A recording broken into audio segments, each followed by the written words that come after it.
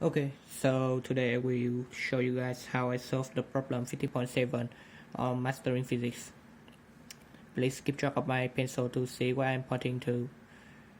And this is the given position versus time graph of a particle in simple harmonic motion.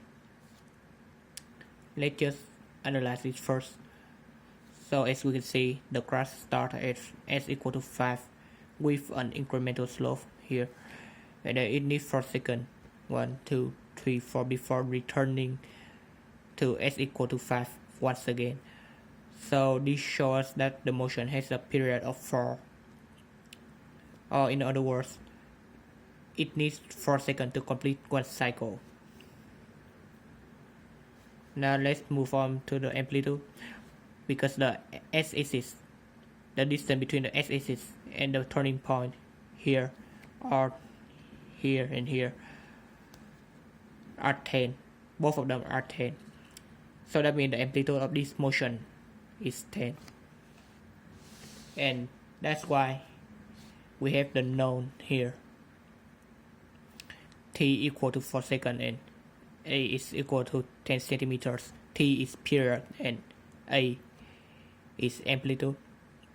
And before going into detail of this problem, keep in mind that these are the formulas that I am going to use throughout all of the process. And by the way, all of these formulas can be found from our in-class document or in the book, so you guys can just go and look for it. For this angular frequency formula, because we already have T, that is 4 seconds here, so I just plug it in and then solve for angular frequency here. That is 1/2 pi radian per second. And now let's move on to the first question in the problem. What is the phase angle or the phase constant? So let's see this one first. These are the available answers for this multiple choice question. I just named them 1, 2, 3, and 4 because it's easy to put them into the unit circle here with their respective position.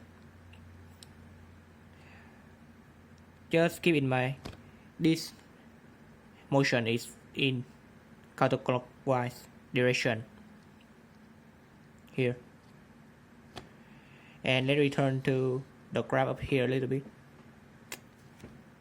because we see that the graph starts at s equal to 5. That means it starts at positive s. So that means we can eliminate 2 and 4 here, because it gives us negative s here. So I just eliminated these two angle, 2 and 4. So we only have 1 and 3 left. But the thing is, because as we see here, it starts with the incremental slope, so that means it goes toward the maximum position, or in the unit circle here, that means it's going toward s equal to 1, because 1 is the maximum s here, and we only have one point that match those two requirements, provide the positive s and move toward s equal to 1 in counterclockwise direction. That is 1 here, and the phase angle 1 is negative 1/3 pi radians.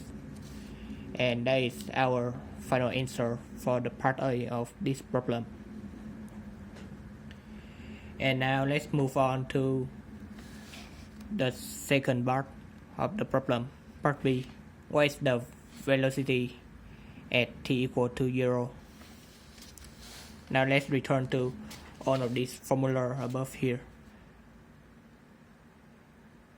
We have this formula, and this work I am going to use to solve the part B of the problem.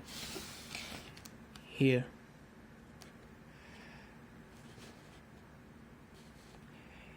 Since we already have A, that is 10, angular frequency, that is pi over 2, T is 0, and then the phase angle is negative 1/3 pi radian. So I just have to plug all of them in. And then solve for this equation so that I can have the final answer here.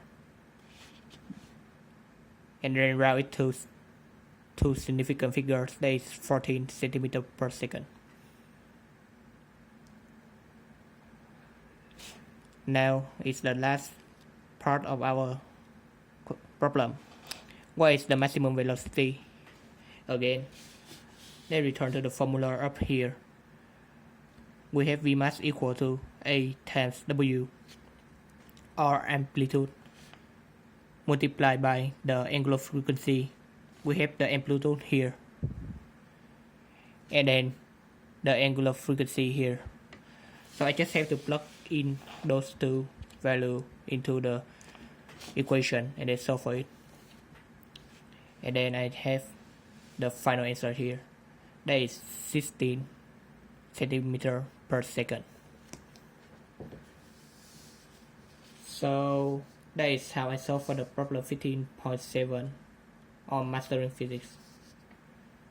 Thanks for watching.